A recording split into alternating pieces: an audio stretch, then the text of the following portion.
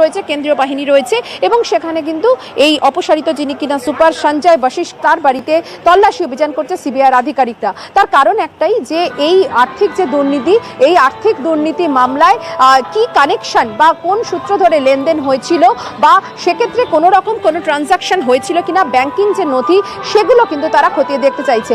আমরা যে আবাসনে রয়েছি সেই ছবিটা আরও একবার দেখাবো। এখান থেকে দেখতেই পাচ্ছে যে ভেতরের থেকে কিন্তু একেবারে সম্পূর্ণ উপরে দেখা যাচ্ছে এখানে সিবিআইয়ের আধিকারিকরা তারা কিন্তু রয়েছে এবং তারা সম্পূর্ণভাবে এখানে অভিযান তারা চালাচ্ছেন উপরে এই ফ্লোরটিতে।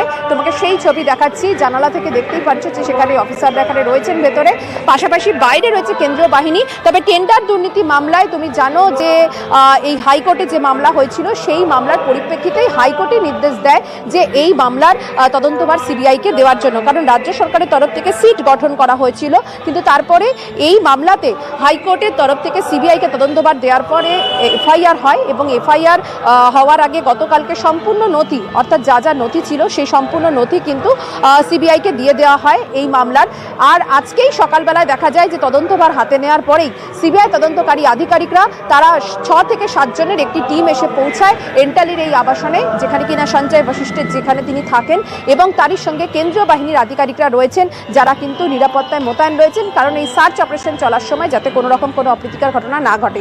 এখন এই টেন্ডার দুর্নীতি যে মামলা, সেই মামলাতে সঞ্জয় বশিষ্ঠের কতখানি সেখানে ভূমিকা ছিল সেই বিষয়টা খতিয়ে দেখতে চাইছে সিবিআইয়ের আধিকারিকরা। কারণ একদিকে যেমন সন্দীপ ঘোষের বাড়িতে সেখানে যেমন তল্লাশি অভিযান যেমন চলছে, সেই কানেকশনেই কিন্তু আজকে সিবিআই আধিকারিকদের আরেকটি টিম এসেছে এই সঞ্জয় বশিষ্ঠের বাড়ি। তবে শুধু এখানে নয়, একাধিক জায়গায় এই রকমই টেন্ডার দুর্নীতি সংক্রান্ত যে লিঙ্ক, সেই লিঙ্ক অনুসারে সিবিআই আধিকারিকরা গিয়ে পৌঁছেছেন। সকাল থেকে চলছে এই মামলার বিভিন্ন জায়গায় তল্লাশি অভিযান। আরও একবার ছবিটা আমি দেখাবো। উপরে তুমি দেখতে পাচ্ছ সিবিআই আধিকারিকরা তারা এখন অবধি তল্লাশি অভিযান করছেন এবং বাইরে রয়েছে কেন্দ্রীয় বাহিনী। সব মিলিয়ে কিন্তু বলা যায় যে টেন্ডার দুর্নীতি এই মামলা, আরজি করে টেন্ডার দুর্নীতি মামলা, সেই মামলাতে হাইকোর্টের নির্দেশে সিবিআই যে তদন্তভার যে হাতে নিয়েছিল সেই নেওয়ার পর ইতিমধ্যেই তারা তৎপর সকাল থেকে এসে এখানে তারা তল্লাশি অভিযান করছেন এবং সঞ্জয় বশিষ্ঠের বাড়িতে এসে তারা কিন্তু সেই নথি এবং ডকুমেন্ট খতিয়ে দেখে তাকে জিজ্ঞাসাবাদ করা হবে বলে সিবিআই সূত্র থেকে আমরা জানতে পারছি। বাইরে রয়েছে কেন্দ্রীয় বাহিনী এবং এই টেন্ডার দুর্নীতি মামলা অর্থাৎ আরজি করে টেন্ডার দুর্নীতি যে মামলা, সেই মামলায় এবারে তৎপর সিবিআই তদন্তকারী আধিকারিকরা। বেশ অর্পিতা, অবশ্যই পরিস্থিতির দিকে নজর রাখো। এবার আমরা নজর রাখবো আরজি করের দিকে, কারণ দুর্নীতির আতুর ঘরের যেসব অভিযোগ উঠে আসছে তাতে বারবার করে অভিযোগ উঠছে যে সব দুর্নীতি কিন্তু এই আরজি কর থেকেই হয়েছে, এমনটা অভিযোগ। সন্দীপ ঘোষের বাড়ির ছবি আপনারা দেখলেন, সঞ্জয় বশিষ্ঠ প্রাক্তন সুপার, সেখানেও সিবিআই আধিকারিকরা পৌঁছে গেছেন। আরজি করের ছবিটা একটু আপনাদের দেখাচ্ছি। আরজি করে ভুরি ভুরি অভিযোগ এই প্রাক্তন প্রিন্সিপালের বিরুদ্ধে, এবং এই মুহূর্তে আরজি করের ছবিটা কি আরো বিস্তারিত সান্নিক জানাতে পারবে? সান্নিক, কিছুক্ষণ আগেই তুমি বলছিলে যে 7 থেকে 8 জন আধিকারিক যারা এসেছেন তারা এমএসভিপির অফিসে ছিলেন, প্রিন্সিপালের অফিসেও, প্রিন্সিপালের যে ঘর সেখানেও তারা যাবেন। এই মুহূর্তে কোথায় রয়েছেন আধিকারিকরা, ঠিক কি ছবি ধরা পড়ছে? দেখো, এখনো পর্যন্ত এমএসভিপির ঘরেই রয়েছেন তদন্তকারী আধিকারিকরা। মূলত এই হাসপাতালে বিভিন্ন ক্যান্টিন বা বিভিন্ন ক্ষেত্রে যে সমস্ত টেন্ডার করা হয় সেই টেন্ডারের গুরুত্বপূর্ণ নথি এমএসভিপির ঘরেই থাকে। তার কারণ তিনি অ্যাডমিনিস্ট্রেটিভ হেড এই হাসপাতালের, সেই কারণে তার ঘরে এই মুহূর্তে তল্লাশি অভিযান চলছে। অর্থাৎ এই অফিসেই আগে তৎকালীন যিনি এমএসভিপি ছিলেন অর্থাৎ ডক্টর সঞ্জয় বশিষ্ঠ, তার ঘর ওইটি। তো সেই ঘরেই আপাতত তল্লাশি অভিযান চলছে। এখান থেকে কি কি গুরুত্বপূর্ণ নথি উদ্ধার করা যায়, যে নথিগুলি মূলত এই হাসপাতাল কোন কোন ক্ষেত্রে, বিভিন্ন ক্যান্টিনের ছবি আমরা দেখি আরজি কর হাসপাতালে আসলে কোন কোন ক্যান্টিনের টেন্ডারের ক্ষেত্রে দুর্নীতি হয়েছে, কোন কোন ক্যান্টিনের বরাদ দেওয়ার ক্ষেত্রে আর্থিকভাবে এখানকার কোনো আধিকারিক লাভবান হয়েছেন, সেই সমস্ত বিষয়ে তল্লাশি অভিযান করার জন্যই কিন্তু ওই অফিসেই আপাতত রয়েছেন তদন্তকারী আধিকারিকরা। একাধিক বিষয়, এর মধ্যে সকালবেলায় যখন তারা প্রথমে প্রবেশ করেন, ডক্টরস ক্যান্টিন রয়েছে একটি একাডেমিক বিল্ডিং এর নিচে, সেখানেও তারা যান। সেখানে গিয়েও তারা মূলত সেই ক্যান্টিনের মালিকের সঙ্গে কথা বলতে চান। যদিও রবিবার সকাল, আজকে সকালবেলা সেই ক্যান্টিন বন্ধ ছিল, কিন্তু সেখান থেকে নাম্বার নিয়ে তারা মালিকের নাম্বার জোগাড় করেন এবং মালিককেও কিন্তু ডেকে পাঠানো হয়, তাদের সঙ্গেও কথা বলতে চান এই সিবিআই আধিকারিকরা। এক্ষেত্রে অত্যন্ত গুরুত্বপূর্ণ হতে চলেছে আরজি করের আজকের এই তল্লাশি অভিযান, কেননা এখান থেকে যা যা নথি উদ্ধার হবে, যে সমস্ত টেন্ডার সংক্রান্ত বা একাধিক বিষয়ের যে নথি উদ্ধার হবে, সেই নথির ভিত্তিতে কিন্তু যে অভিযোগগুলো রয়েছে সেই মতো তো আমরা দেখছি তল্লাশি অভিযান শহরের বিভিন্ন জায়গায় চলছে, কিন্তু এই নথির ভিত্তিতে কিন্তু একাধিক গুরুত্বপূর্ণ ক্লু সিবিআই আধিকারিকরা পেতে পারেন, তেমনটাই কিন্তু মনে করা হচ্ছে। বেশ সান্নিক, অবশ্যই পরিস্থিতির দিকে নজর রাখো। এবং আমরা দেখেছিলাম যে এই যে আর্থিক দুর্নীতির তদন্ত আরজি করে প্রথমে রাজ্যের তরফ থেকে কিন্তু সিট গঠন করে দেওয়া হয়, আর তারপরেই কিন্তু গতকালই দেখা গিয়েছে যে সিট যা যা নথি সংগ্রহ করেছিল সেই সব নথি সিবিআই এর হাতে তুলে দেওয়া হয়, কারণ সিবিআই এর হাতে মামলা হস্তান্তর হয়ে যায়। আর তারপর আজ সকাল থেকে ঠিক এই ছবিটাই ধরা পড়ছে। 15 জায়গায় সিবিআই আধিকারিকরা হানা দিয়েছেন, কিন্তু সন্দীপ ঘোষ তিনি নিশানায় রয়েছেন, কারণ নানান অভিযোগ, নানান দোষ, নানা অভিযোগ রয়েছে সন্দীপ ঘোষের বিরুদ্ধে। আরজি করের প্রাক্তন অধ্যক্ষ সন্দীপ ঘোষের নানা কীর্তি প্রকাশ্যে আসছে। সন্দীপ ঘোষ আরজি করের প্রাক্তন অধ্যক্ষ, যার বিরুদ্ধে অভিযোগের পাহাড়।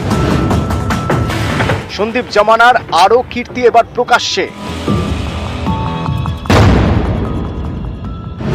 অভিযোগ 2022 সালের জুলাই মাসে আরজি কর হাসপাতালে স্যালাইনের সংকট দেখা দেয়।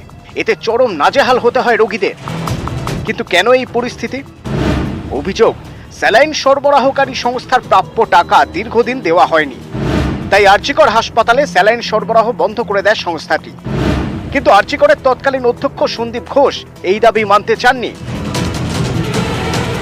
শেষমেশ নাকি সাগর দত্ত মেডিকেল এবং কলকাতা মেডিকেল থেকে স্যালাইন এনে পরিস্থিতি সামলানো হয়। পরে জানা যায় সন্দীপ ঘোষ ওই স্যালাইন সরবরাহকারী সংস্থার কাছ থেকে তিনি কমিশন চেয়েছিলেন, কাটমানি চেয়েছিলেন, এমনটাই অভিযোগ।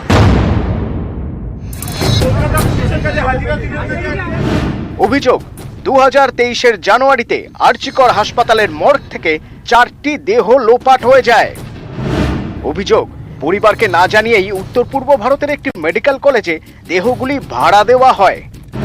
দেহগুলি ভাড়া দেওয়া হয় ফরেনসিক মেডিসিনের ওয়ার্কশপের জন্য। এজন্য মৃতদেহের রেজিস্টার পর্যন্ত লোপাট করা হয় বলে অভিযোগ। এই অভিযোগ খোদ আরজি করের তৎকালীন ফরেনসিক মেডিসিন বিভাগের প্রধানের। এ নিয়ে জল গড়ায় জাতীয় মানবাধিকার কমিশন পর্যন্ত।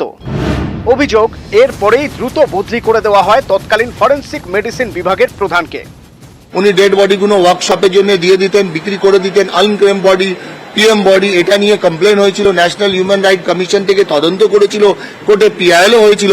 কিন্তু তখন আর কি বলবো, উনি সব জায়গায় তো মানে এত ইনফ্লুয়েন্সিয়াল যে উনি পার পেয়ে যাচ্ছেন এবং ওনার বিরুদ্ধে কখনো কোথাও কোনো অ্যাকশন হয়নি।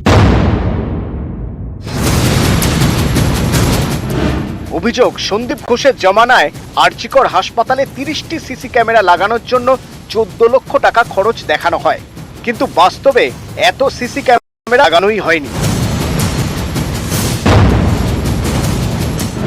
অভিযোগ, বেশ কয়েকজন জুনিয়র ডাক্তার ইন্টার্নদের কাজে লাগিয়ে নানা কীর্তি করেছেন সন্দীপ ঘোষ। এর বদলে জুনিয়র ডাক্তার ইন্টার্নদের ফুর্তির ব্যবস্থা করে দিতেন সন্দীপ। আরজি করের গেস্ট হাউসেই নাকি নিয়মিত বসত মদের আসর। কলেজ ফেস্টেও থাকতো দেদার ফুর্তির আয়োজন। ক্যামেরায় সুমন বসুর সঙ্গে অভিজিৎ চন্দ্র, নিউজ 18 বাংলা। এ তো গেল অভিযোগের পাহাড়, কিন্তু যে ছবিটা এই মুহূর্তে আপনাদের দেখাচ্ছি আরো একবার, সন্দীপ ঘোষের বাড়িতে ঠিক সকাল 6:50 নাগাদ সিবিআই আধিকারিকরা পৌঁছে যান বেলেঘাটায়। অন্যদিকে কেষ্টপুরেও সকাল সকাল ডক্টর দেবাশিস সোম তার বাড়িতে সিবিআই আধিকারিকরা পৌঁছে যান। এন্টালিতে রয়েছেন প্রাক্তন সুপার সঞ্জয় বশিষ্ঠ, তার বাড়ি, সেখানেও পৌঁছে যান 7:45 নাগাদ সিবিআই এর 6 থেকে 7 জন আধিকারিক। এবং আরজি কর হাসপাতাল, সেখানেও সিবিআই আধিকারিকরা পৌঁছে যান সকাল সকাল। এবং লাস্ট যে আপডেট আপনাদেরকে দিচ্ছিলাম, এখনো পর্যন্ত এমএসভিপির অফিসেই রয়েছেন আধিকারিকরা, সেখানেও কিন্তু 7 থেকে 8 জন আধিকারিক তারা পৌঁছে যান। এবং দিকে দিকে শুধুমাত্র এই 4 জায়গা নয়, মোট 15 জায়গায় সিবিআই আধিকারিকরা ইতিমধ্যেই হানা দিয়েছেন।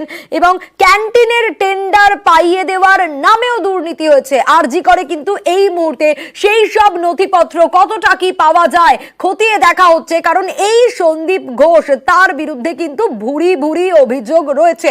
সন্দীপ ঘোষের বাড়িতে সকাল 6:50 নাগাদ সিবিআই আধিকারিকরা পৌঁছন, কিন্তু পৌঁছানোর পরেই তারা ঢুকতে পারেননি। তার কারণ সন্দীপ ঘোষ 8:02 নাগাদ বেরিয়ে এসেছেন, তারপর সিবিআই আধিকারিকরা ঢুকতে পেরেছেন। এবং সেই ছবিগুলো আপনাদের দেখাচ্ছি, একদিকে বেলেঘাটা, কেষ্টপুর, এন্টালি এবং আরজি কর, এছাড়াও আরো 11 জায়গায় হানা দিয়েছেন সিবিআই আধিকারিকরা।